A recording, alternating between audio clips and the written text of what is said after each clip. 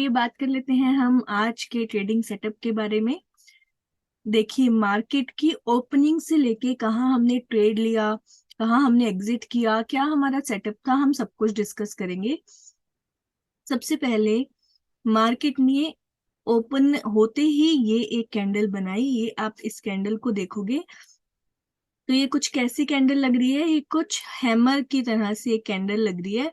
ये पूरी hammer candle नहीं बन पाई है, लेकिन हाँ, यहाँ पर ये बायर्स जो थे अपनी पूरी की पूरी पावर को शो कर रहे हैं। तो आप यहाँ से देख सकते हो, यहाँ इस एरिया से ये एक हैमर कैंडल बनी है। तो ये एरिया एज अ सपोर्ट की तरह आज हमारे लिए यहाँ पर वर्क करता है। ठीक है, अब यहाँ पर क्या हुआ, मार्केट जो है यहाँ पे सपोर्ट लेके ऊपर में गया, देन अगेन डाउन आया, देन अगेन यहाँ से इसी एरिया को सपोर्ट लेते हुए ऊपर में गया, और फिर यहाँ से यहाँ इस एरिया से एक रेजिस्टेंस बनाया इसने। कैसे रेजिस्टेंस बनाया, देखिए यहाँ पर first time resistance, second time resistance, third time resistance, ये एक तरह का रेजिस्टेंस एरिया था। अब मैं अगर आपको दिखाऊं तो क्या हुआ, यहाँ पर थोड़ी देर बाद ये रेजिस्टेंस एरिया को इस वाली कैंडल ने ब्रेकआउट दिया। अब यहाँ पर क्या लग रहा है सबको, इसे देखिए, क्या लग रहा है ये कि ये एक ब्रेकआउट है और हमें यहाँ पर एक एंट्री लेनी है बाइंग की।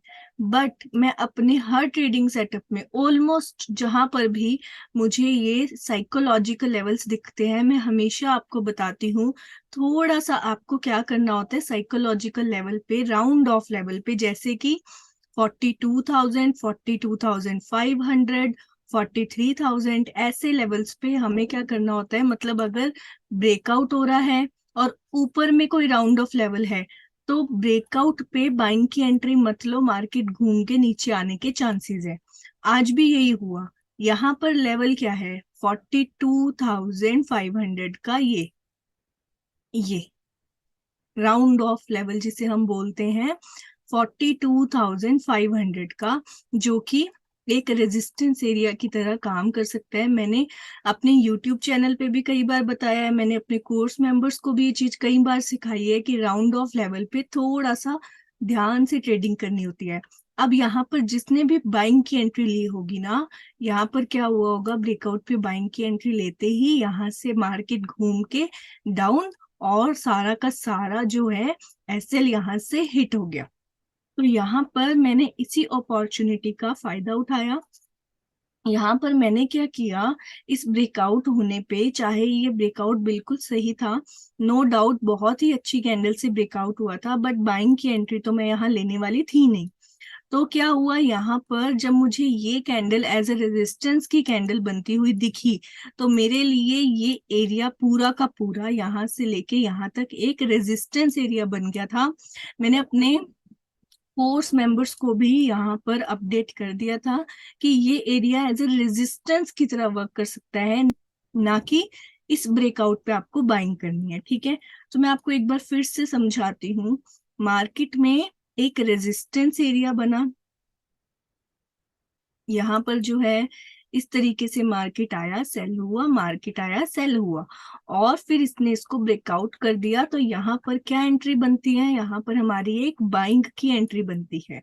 हमें बाइंग की एंट्री लेनी चाहिए, लेकिन अगर इसके ऊपर में कोई साइकोलॉजिकल लेवल है, जैसे कि कौन से लेवल्स होते हैं साइकोलॉजिकल लेवल, 42,500, 43,000 वाले, ठीक है। ऐसे सारे ये जो लेवल्स होते हैं, ये सारे लेवल साइकोलॉजिकल लेवल्स होते हैं। तो जब मार्केट यहाँ से इसको ब्रेकआउट करता है तो ठीक है, यहाँ बाइंग की एंट्री बनती है। या तो आप फास्ट बाइंग करो, यहाँ से यहाँ छोटी सी बाइंग करो, या फिर आप वेट करो क्या, साइकोलॉजिकल लेवल पे थोड़ा सा रेजिस्टेंस आने का, मतलब कि सेलर्स को यहाँ आने का। तो जैसे ही सेलर्स यहाँ पे आते हैं, यहाँ से आपको एक डाउन की एंट्री लेनी है, जो कि आज मैंने यहाँ पर ली। ठीक है, और हुआ क्या, यहाँ पर रिजल्ट आपके सामने है। इस तरीके से कुछ ये डाउन आया, यहाँ कहीं पे मैंने प्रॉफिट जो है अपना कोर्स मेंबर्स के साथ बुक कर लिया, और यहाँ से फिर मार्केट जो है साइडवेज हो गया। अब यहाँ पे मैंने क्यों अपना प्रॉफिट बुक कर लिया था, उसका रीजन था ये प्रीवियस में, पास्ट में एज अ सपोर्ट एरिया की तरह, सपोर्ट एंड रेजिस्टेंस एरिया की तरह इस लेवल ने काम किया हुआ है, इसलिए मार्केट जब दोबारा यहाँ आएगा ना तो यहाँ पर कुछ वॉलेटिलिटी क्रिएट कर सकता है, इसलिए हमें यहाँ पर अब अपना प्रॉफिट, इतना अच्छा प्रॉफिट यहाँ पर बुक करके निकल जाना चाहिए था। ठीक है, तो ये साइकोलॉजिकल लेवल जो होते हैं इसका ध्यान रखा करो। इतने अच्छे ब्रेकआउट के बाद भी मैंने बाइंग की एंट्री इसीलिए नहीं ली क्योंकि ऊपर में एक साइकोलॉजिकल लेवल था।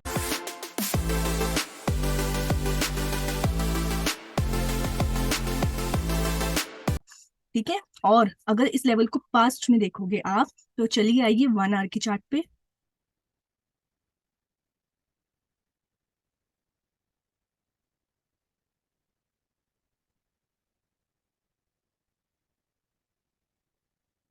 ये है पास्ट में यही वाला लेवल।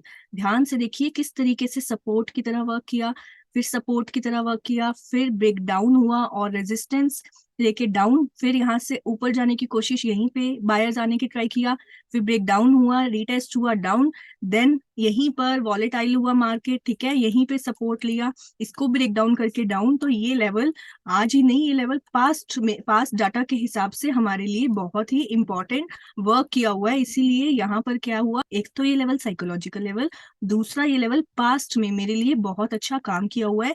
इसीलिए हमें यहाँ पर क्या करना चाहिए था, बाइंग का ट्रेड नहीं सेलिंग का ट्रेड लेना चाहिए था। ओके।